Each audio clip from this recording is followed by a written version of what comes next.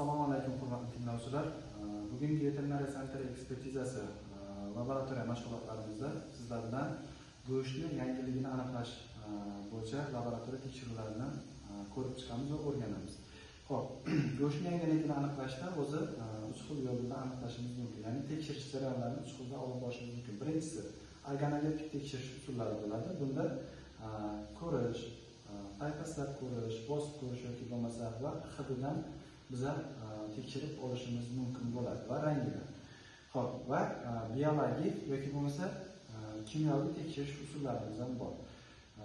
Va bulardan tashqari laboratoriya tekshirish usullarimiz ham bor. Sizlar bilan hozir o'sha laboratoriya tekshirish usullaridan Mis-Kuparov reaksiyasi usulini ko'rib chiqamiz. Xo'p, bizga buning uchun kerak bo'ladigan jihozlarimizdan eng asosiysi Mis-Kuparovning 5% lik eritmasi, go'sht, ya'ni gumorlangan namuna, gumorlangan go'shtdan olingan namuna 20 ml yetadi bizga. Filtrlangan suv, probirkalar, varonka, dozatorlar, nakонечникlar va bizga yana kolbalar va suv hammomi kerak bo'ladi. Xo'p, jarayonni boshlashda biza 20 gram go'sht namunasi yoki bo'lmasa farshidan olsak bo'ladi. Xo'p, bunda birinchi 20 gram farshni yoki bo'lmasa o'sha olingan namunani maydalab farsh shaklga keltiramiz va kolbalarimizga solib olamiz.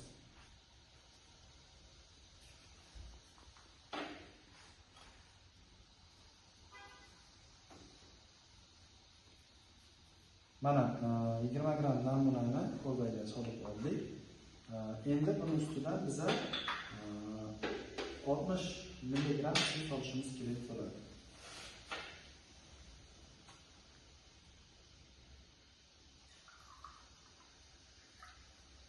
Mana 60 mg suvni oldik. Ustiga solamiz.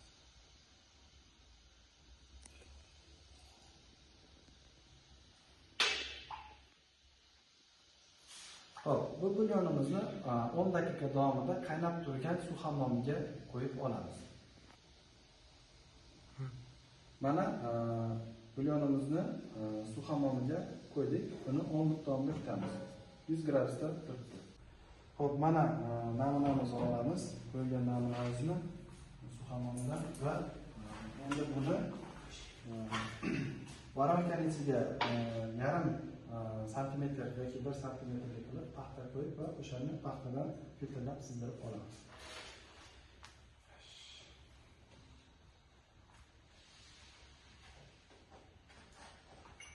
Bizaga 2 ml bo'lsa yetadi.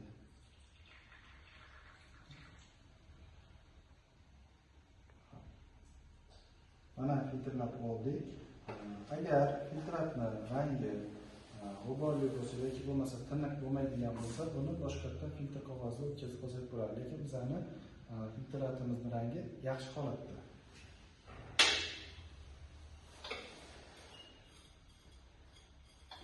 Xo'p, endi filtrlangan namunamizdan 2 ml probirkamizga olib olamiz.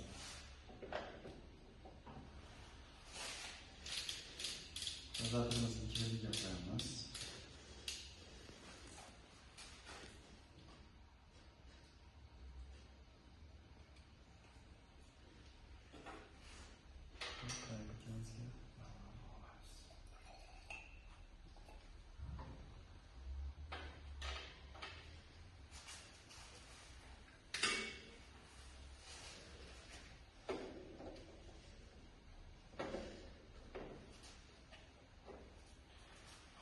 Endi bunga 5% li Mis-Kuparov eritmasidan 3 tomchi qo'yamiz.